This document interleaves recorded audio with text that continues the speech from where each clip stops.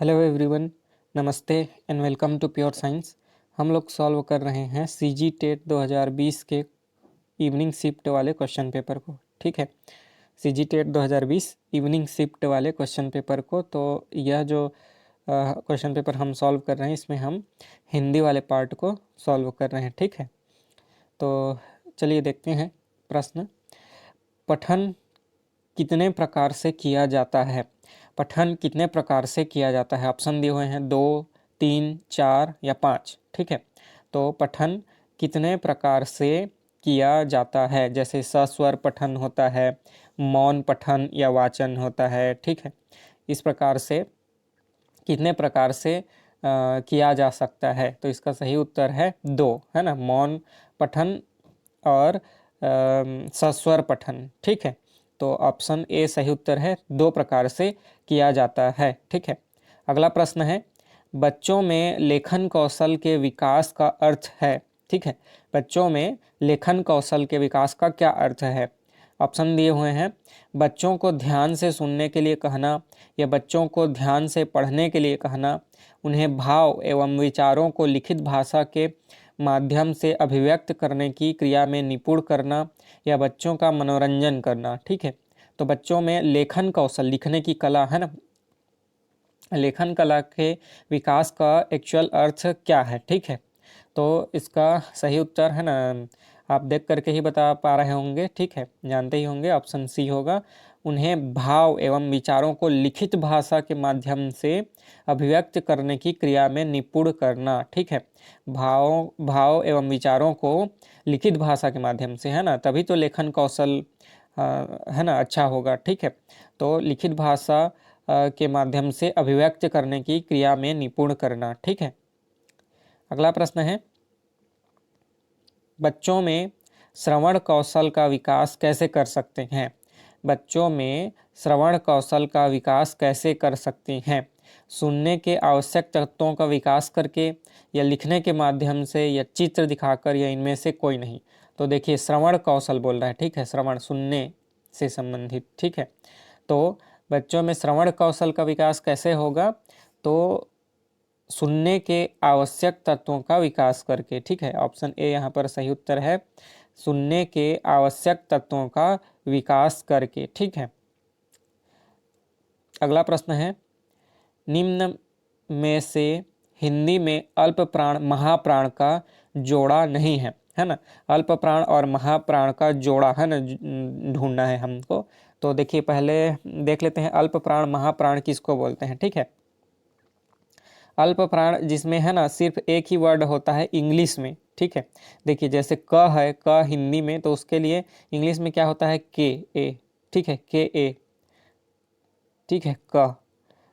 और ख का क्या होता है? ख का तो के एच ए होता है। ठीक है, एच एक्स्ट्रा जुड़ता है, तो जिसमें एच सब, एच जो है इंग्लिश का एच वर्ड एक्स्ट्रा जुड़ता है, उसी को महाप्राण बोला जाता है। और जिसमें एच नहीं रहता है उसको अल्प प्राण बोला जाता है। जैसे ग है, ग में क्या होता है? जी ए का ग हो गया, है ना। और घ कैसे होता है? तो जी एच ए का घ होता है। ठीक है, तो एच इसमें एक्स्ट्रा जुड़ा, तो ये महाप्राण है। ठीक है, और ग जो है अल्प प्राण है। ठीक है, तो इस प्रकार से होता है। ठीक, तो देखते हैं क ख, है ना, अल्प प्राण महाप्राण का जोड़ा है ना। ज झ यह भी है ना। ल और लह, ये जो ल है एल है, और ये आधा ल और ह बोल रहा है वो एल एच है। ठीक है, तो यह भी हो गया, लेकिन ये क और यह जो है अल्प प्राण महाप्राण का जोड़ा नहीं है।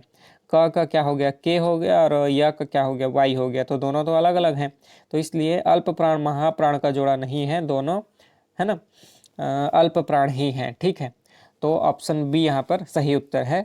ठीक है, अगला प्रश्न है, एक ध्वनि या एकाधिक ध्वनियों की इकाई को जिसका उच्चारण एक झटके में होता है क्या कहते हैं? ठीक है, एक ध्वनि हो या एक से अधिक ध्वनियों का ग्रुप हो, समूह। जैसे क एक ध्वनि है ना, क म और ल, है ना, कमल, है ना, तो ये एक झटके में जैसे हम उच्चारण करें तो ध्वनि हो सकता है ना। एक ध्वनि सिर्फ एक ही हो सकता है, या एक से अधिक ध्वनियों का मेल भी हो सकता है, तो उसको हम क्या कहते हैं? ठीक है, जैसे एक ध्वनि जैसे ई है, चलिए ठीक है, ई है, ठीक है, बड़ा ई की मात्रा है, ठीक है, यह भी हो सकता है, और ई मली ऐसे, है ना, हो सकता है। वो एक से अधिक ध्वनियों का, है ना, जैसे अ है तो अ उ, है ना, अ और उ, है ना, इन दोनों का मिश्रण, ठीक है, तो ये क्या हो जाएगा, औ, ठीक है, ठीक है।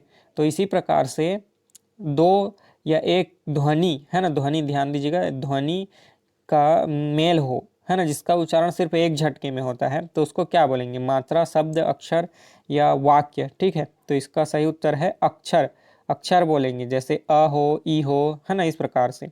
और एक से अधिक अक्षरों के, है ना, एक झटके में उच्चारण हो तो उसको शब्द बोलते हैं, ठीक है, एक से अधिक अक्षर हो तो, ठीक है, लेकिन एक से अधिक ध्वनि हो तो क्या बोलेंगे, अक्षर, ठीक है। तो ऑप्शन सी सही उत्तर है। अगला प्रश्न है, दाल पक रही है, दाल पक रही है, यह किस वचन को दर्शाता है, ठीक है, दाल जो है, दाल का पकना, है ना, दाल पक रही है, तो यह किस वचन को दर्शाता है, एक वचन को, द्विवचन को, बहुवचन, या इनमें से कोई नहीं, ठीक है, एक वचन, द्विवचन, बहुवचन, या फिर इनमें से कोई नहीं, है ना, किसको दर्शाता है, ठीक है। तो इसका सही उत्तर है बहुवचन, ठीक है, बहुवचन को दर्शाता है, दाल जो है बहुवचन में प्रयोग होता है, ठीक है, तो दाल पक रही है, ठीक है, बहुवचन से संबंधित है। अगला प्रश्न देखते हैं, हिंदी में आधारभूत वाक्य कितने प्रकार के होते हैं, हिंदी में आधारभूत वाक्य कितने प्रकार के होते हैं, एक, चार, छह या फिर आठ, है ना, कितने प्रकार के वाक्य होते हैं, आधारभूत वाक्य, ठीक है। तो इसका सही उत्तर है, आप भी जानते होंगे, है ना, 8 प्रकार के आधारभूत वाक्य होते हैं, 8 प्रकार के आधारभूत वाक्य होते हैं हिंदी में, ठीक है। ठीक, अगला प्रश्न देखते हैं, ठीक है, अगला है, भानुदय का संधि विच्छेद होगा, भानुदय का संधि विच्छेद होगा, तो इसका क्या होता है, भानु, है ना, छोटा ऊ की मात्रा, ठीक है, उसके बाद उदय, ठीक है, तो ये होता है भानुदय, ठीक है, भानुदय का संधि विच्छेद भानु प्लस उदय, है ना, तो ऑप्शन ए ही सही उत्तर है यहाँ पर, है ना, भानुदय मतलब भानु प्लस उदय, ठीक है, ये सब नहीं है, तो ऑप्शन ए सही उत्तर है, ठीक है। अगला प्रश्न है, स्वीकार करना के लिए किस मुहावरे का प्रयोग किया जाता है, ठीक है, स्वीकार करना के लिए किस मुहावरे का प्रयोग होता है, ठीक है, लोहा मानना, कान काटना, सिर माथे लेना, या तूती बोलना, ठीक है।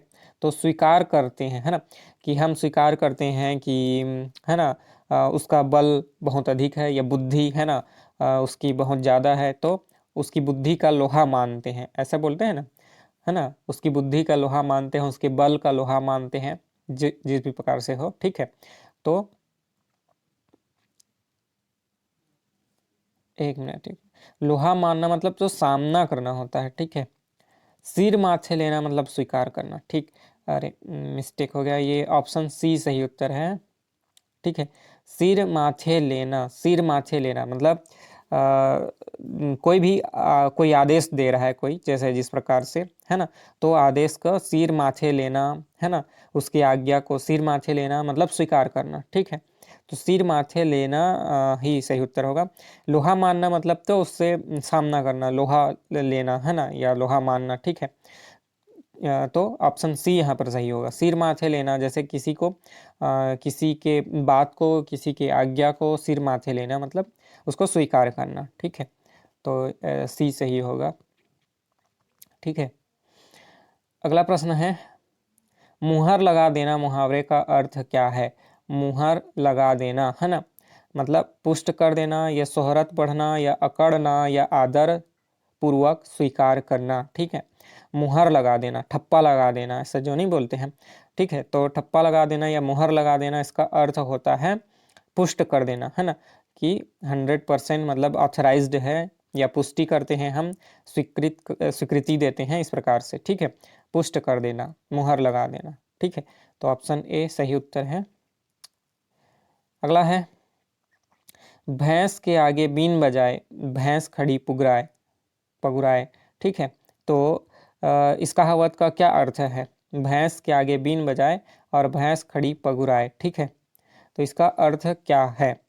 हैसियत से अधिक आशा रखना, या मूर्ख को शिक्षा देना, या दुष्ट शक्ति से ही वश में आते हैं, या कार्य के आरंभ में विघ्न आना। ठीक है, तो इसका क्या अर्थ हुआ? मूर्ख को शिक्षा देना। ठीक है, मूर्ख को शिक्षा देना, तो उसका कोई मतलब नहीं बनता है। ठीक है, भैंस के आगे बीन बजाए भैंस खड़ी पगुराए, है ना। जो मूर्ख है उसको कितना भी शिक्षा दे लो, उसको कुछ फर्क नहीं पड़ता। तो इसी को बोला गया है, भैंस के आगे बीन बजाए और भैंस खड़ी पगुराए। ठीक है, तो ऑप्शन बी सही उत्तर है। ठीक है, इस वीडियो में इतना ही रखते हैं। बाकी के जो प्रश्न बचे हुए हैं उसको अगले वीडियो में हल कर लेंगे। ठीक है, किसी प्रकार का कोई डाउट हो तो पूछिएगा। मिलते हैं अगले वीडियो में। नमस्ते, धन्यवाद।